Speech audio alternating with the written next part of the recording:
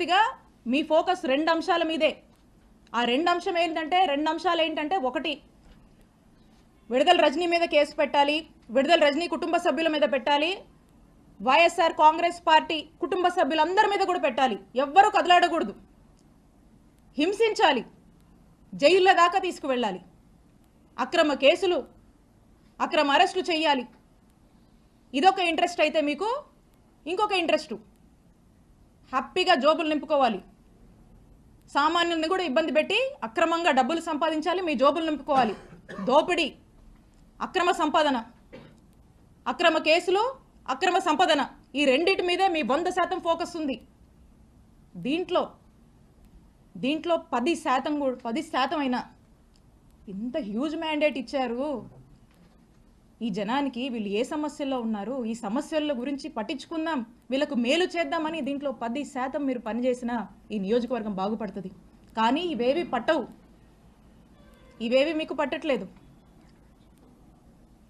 ఒక్కసారి ఆలోచన చేయండి.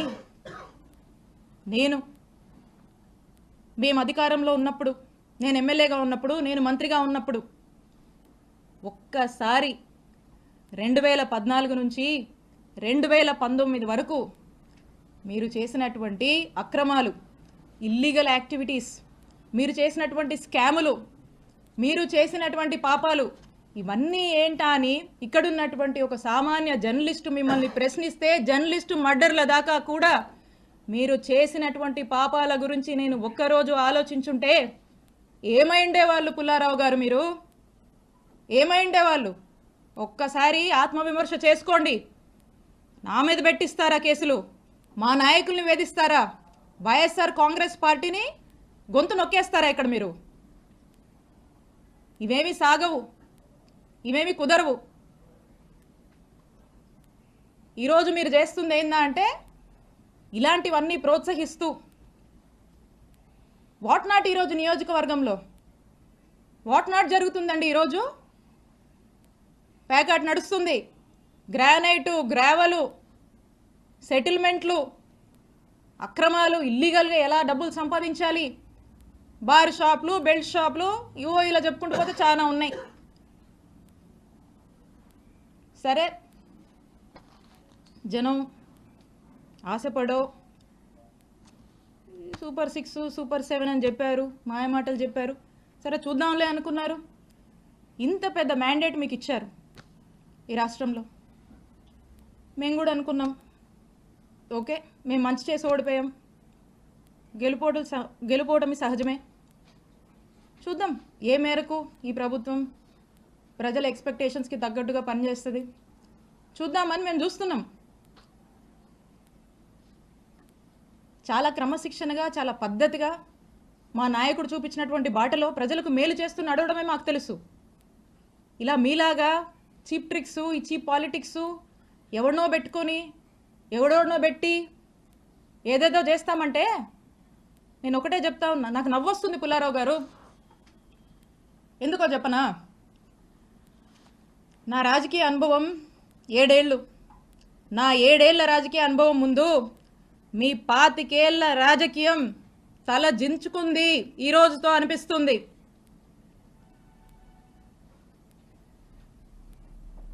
అక్రమ కేసులు కడతారా? అక్రమ కేసులు పెడతారా? భయపెట్టాలని చూస్తారా?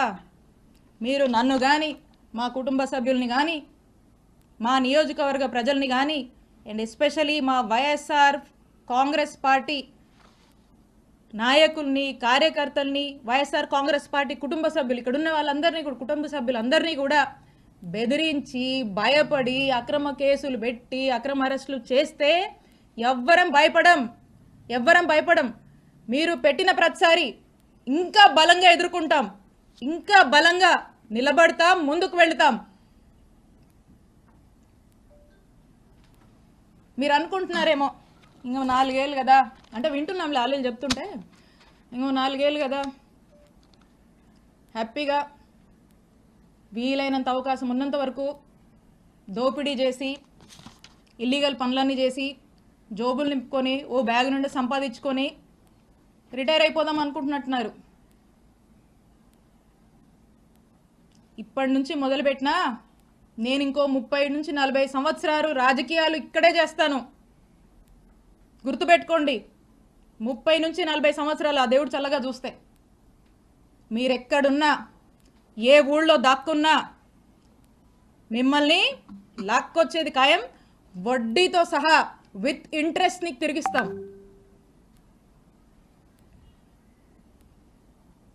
అలాగే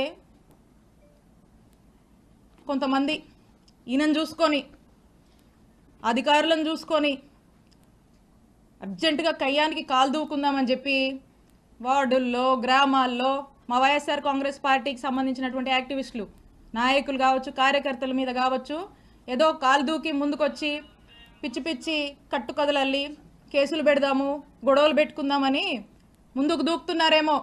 మీ ఎవ్వరిని మర్చిపోను. అందుకే చెప్తున్నా, ఆయనకి మీకు మీ ఎవ్వరిని వదిలిపెట్టం. అంటే లా అండ్ ఆర్డర్ చాలా ముఖ్యం. దాంట్లో రాజీ పడలేదు నేను.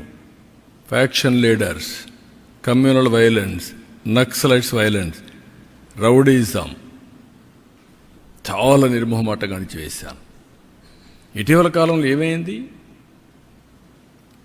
ఎక్కడ చూసిన డ్రగ్స్, గంజాయి. ఇప్పుడు తగ్గిందా లేదా? కంట్రోల్ చేసామా లేదా? 7 నెలల్లో కంట్రోల్ అయింది. పూర్తిగా ఎరాడికైంది నేను చెప్పను.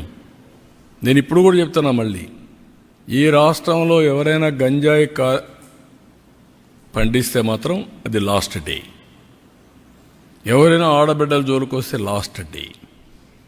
గుర్తుపెట్టుకోండి, ఫర్మ్గా ఉంటాం, డిటర్మెంట్గా ఉంటాం. ఒకరోజు తప్పించుకుంటావు కానీ నువ్వు మళ్ళీ తప్పించుకోలేవు. వడ్డీతో సహా చెల్లించే పరిస్థితి వస్తుంది ఎవరికైనా సరే. Be responsible citizen. నీ పని నువ్వు చెయ్యి. నువ్వు ఈ రాష్ట్రంలో అందరి మాదిరిగా గౌరవంగా బ్రతకడానికి మీరు గౌరవంగా బ్రతకండి, అందరినీ గౌరవంగా బ్రతకనేయండి. ఇష్టానుసారంగా చేస్తే ఇక్కడ ఎక్కడ అయినే పరిస్థితిలో ఉండదు. అట్లని చెప్పి రాజకీయ ముసుగులో నేరస్తులు చేరి ఇష్టానుసారంగా చేస్తే కూడా డెఫినెట్గా కట్టడి చేస్తాం. అది చేయకపోతే కూడా తప్పే అవుతుంది. మేము చేస్తాం, మీరు ఏమన్నా చేయండి. ఇష్టానుసారంగా మాట్లాడడం, నోరు బారేసుకోవడం, ఓకే, మీరు నోరు బారేసుకుని నేను పారేసుకో, అది ఎప్పుడు నా జీవితంలో లేదు. బట్ యాక్షన్ మాత్రం డిటర్మెంట్గా ఉంటుంది, ఫర్మ్గా ఉంటుంది. నేనేమంటానంటే అప్పుడు అందుకే 95 సీఎం అన్నాను. నరేంద్ర మోడీ గారి పైన ఎంత ప్రచారాలు చేస్తున్నారు, ఏమైంది? ప్రజల అప్రమత్తంగా ఉండాలి. That is important.